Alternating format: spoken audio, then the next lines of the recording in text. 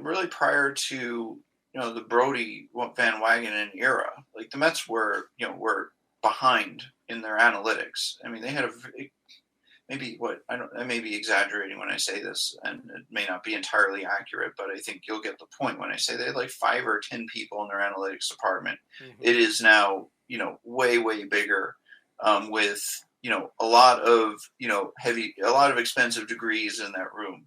And they're doing a much better job, on the analytics side. I mean, we saw that with the club's defense, how much better it was just with shifting and positioning on the infield alone. So, it does have merit.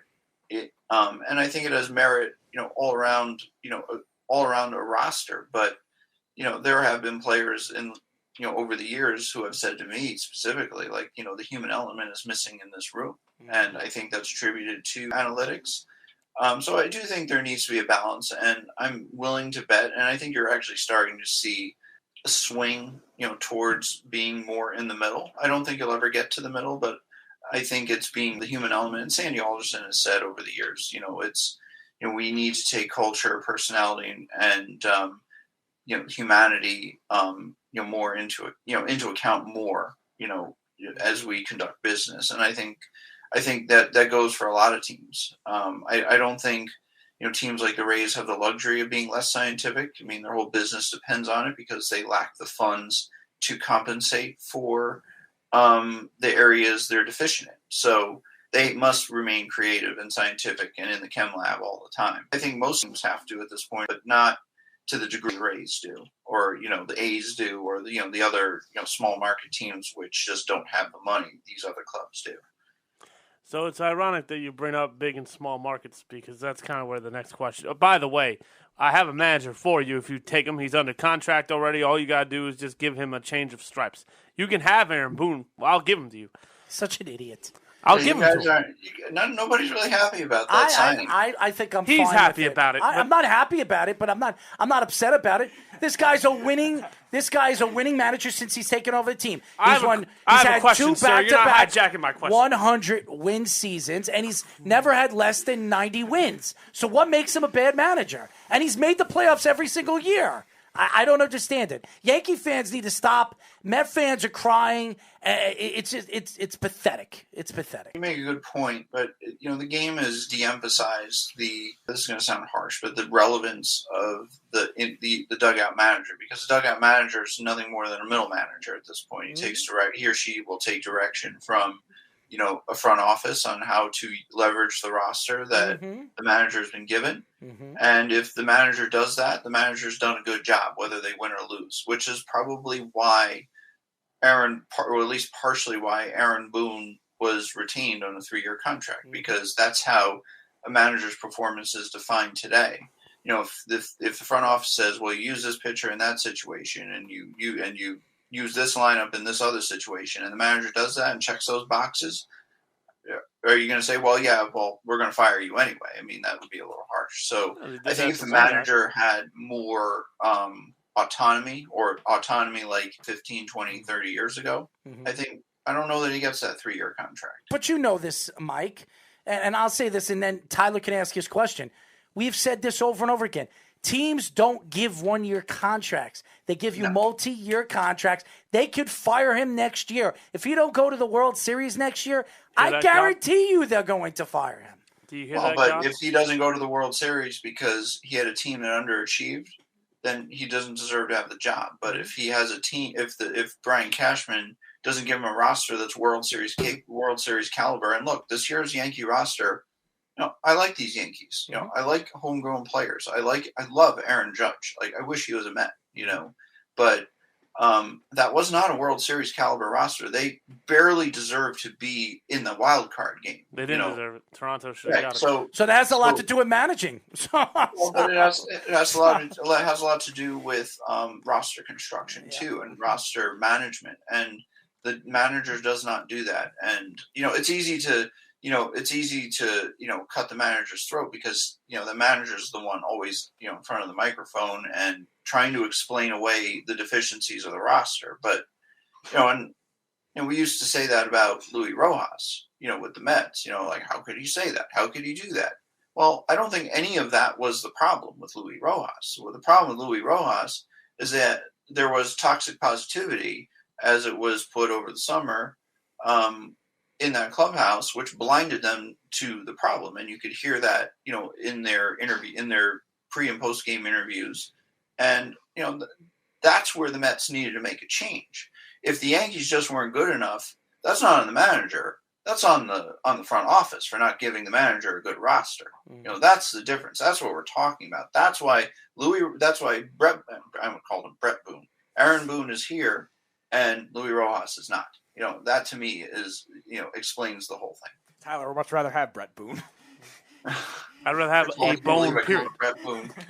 But anyway, back to a serious question. I didn't mean for any of that to happen. It was a good point, though. Well, thank you, sir. See, somebody finally respects what I said on this damn network about damn time. So, what I'm saying here is, right, small market, big market. You've seen Tampa Bay kind of perfect when to, all right, this guy is playing at a high level, trade him, get young guys in, and just constantly visits vicious cycle. With that being said, the New York Mets are not that team. New York Mets are going to be a top 5 budget team until the end of time, as of at current pace. So now you've got Max Scherzer, right, who's going to demand. He's the top free agent in my mind, and then obviously Syndergaard I think should go. I would bring back Stroman depending on what the deal is, but Max Scherzer to me has to get a call from every team in New York, because the Yankees should get him too. But based on the Mets, I think he's got to be target A. Well, I mean, I don't think he's going to be. I think he made it clear over the summer he had no interest in being in the East Coast. He wanted to be with either San Diego or the Dodgers, and quite honestly, that's where I think he's going to stay. Not even the Mets overpay him? I don't think the Mets are in a tough spot with their payroll, and a lot of it has to do with Robinson Cano. No, but could the Mets make a play? Or the Mets would be crazy not to see if he had a change of heart. I mean, all 30 clubs could use Max Scherzer, even if he's going to be 37, 38 years old. 80% of what he was before is still better than most people in the league. I just don't see it as a realistic target. I think the Mets have so many different problems on their roster to solve. One of which, like I said, is Robinson Cano. Another is a gross payroll imbalance as a result of having Robinson Cano. I did the math the other day and talked about it a little bit online. When I said if they're able to retain Stroman and Baez, say on $25 million a year per, then they bring back Conforto and Syndergaard on qualifying offers at 18. We'll just round it to $18 million per. Their payroll is already $220 to $230 million, and they haven't added anyone new. So how do you solve that problem? Because if they don't add anyone new, but their payroll is at $230 million, and the best they can hope for from this roster is 85 wins, is that a healthy way to spend your money? It's not for me to answer. I don't tell anyone how to spend their money, but I'm just being realistic. So with all that said, are they going to how are they going to address all their problems and then potentially add someone like Max Scherzer? And if they don't sign someone like Conforto, you figure they're going to be signing someone of comparable talent and comparable money, if not more, and certainly to a longer term deal than what a qualifying offer would cost. So, the Mets problems are bigger than player personnel. The Mets problems are bigger than, a front office and a dugout staff that doesn't exist. Their problems, the payroll imbalance and what adding, long-term free agents will do to that payroll imbalance, it's pretty scary when you just, do the basic math on those 4 players. So I'm not saying, they need to totally rebuild, but they need to strongly consider how much it's worth, blowing past the luxury tax, whatever that is in the new collective bargaining agreement, and how to handle the Robinson Cano situation, whether he's here or not. These are bigger. They're bigger fish to fry than Max Scherzer, who to me would be that one last piece, right? That's why the Dodgers got him, because they knew they had a problem with their pitching staff and they needed a way to replace an injured Clayton Kershaw or an oft-injured Clayton Kershaw or an unreliable because of health Clayton Kershaw. So, and that's what they did. And that's why I see him staying in LA or going to San Diego or staying in California. Mike, before we let you go, I have a question for you. And this goes not only to the Mets, but to baseball. The National League, we've been hearing that they want to bring the DH to baseball. If they bring the DH to baseball in the new collective bargaining agreement, which is very close, probably, what is it, a year away? It expires December 1st of this year. So this year. So if they bring the DH to the National League, does that change the Mets' thoughts on Pete Alonso, how they're going to re-sign Pete Alonso? Obviously, because of the position at first base, moving him to, back and forth to the DH position so he doesn't have to play first base every single day. Do you think this helps the Mets, or do you think this hurts the Mets? Oh, I think it would be. I think of all the teams that would benefit in the National League for the designated hitter, I think the Mets would benefit the most. But I think it's a benefit for all teams because, we all know teams are not investing in, offense and pitchers anymore. They're telling them to go up there and keep the bat on their shoulders. They're telling them not to run to first base, so what's the point? So all teams benefit from that because you don't have, it's not 8 hitters and an automatic out anymore. So, but the Mets specifically, because of the way they're built, would stand to benefit more than most teams. And I think we saw that a little bit, in the COVID shortened season in 2020, how much more functional and fluid their offense was. Now, I don't think one extra batter completely transforms the Mets offense in 2021. It was godforsaken terrible, no matter how you sliced it, whether they were playing in an American League park or in the National League. So they do have work to do, but it certainly gives the Mets more options. It can strengthen them defensively just by, resting Pete Alonso if they retain, and having him DH and keep his bat in the lineup at the same time. Right. If they retain J.D. Davis, the same thing. You keep his bat in the lineup and protect the weakness with his defense. So it does create options. Now, as far as re-signing Pete Alonso, I think that I would hope it's inconsequential to that situation. Whether there's a DH or not, Pete Alonso's about to get more expensive, and I think he's proven to be a centerpiece superstar for this team. The poster boy.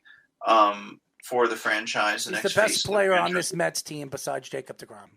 It's not even a question. And it's more than that. He's a likable personality too. He's a guy that you build your brand around, right? He's the most prolific. And I'll even throw Mike Piazza. I'll challenge Mike Piazza on this, just in terms of his home run capabilities. He may be the most prolific, home run hitter the Mets have had. And I don't think you let that go. I think you reward it. Don't forget about Carlos Beltran now. He deserves a lot of credit. Beltran, one person in the Met organization, and he was maybe a little bit biased at the time, said, people aren't going to understand what they have in Carlos Beltran until he's not here. And they're absolutely right, because he was just a stud with the Mets. He had his best years, hands down, no debate with the Mets for those 6 years. But Pete Alonso is that next guy, that next Piazza, the next David Wright. He's the guy that you want to see in a Met uniform for the next 15 years, and I think you have to reward his performance. He's been incredible. He's been incredibly good. I think, by signing him now, they, especially, we talked about that payroll imbalance, which is serious, and it's not talked about enough. I think it creates a little bit of cost certainty, heading into this winter and in future years. It's maybe they buy these arbitration years, at a little bit of a discount in exchange of giving him, some long-term security, some guaranteed money. It makes too much sense, but we'll see what happens. I sure hope they have an appetite for it. I would expect he would have an appetite for it. But we'll see. It depends what these new people, that they hopefully bring in soon. They need to do that. It depends what they think. It's easy for me to say, give him, $150 million of Steve Cohen's money, but it's not my money,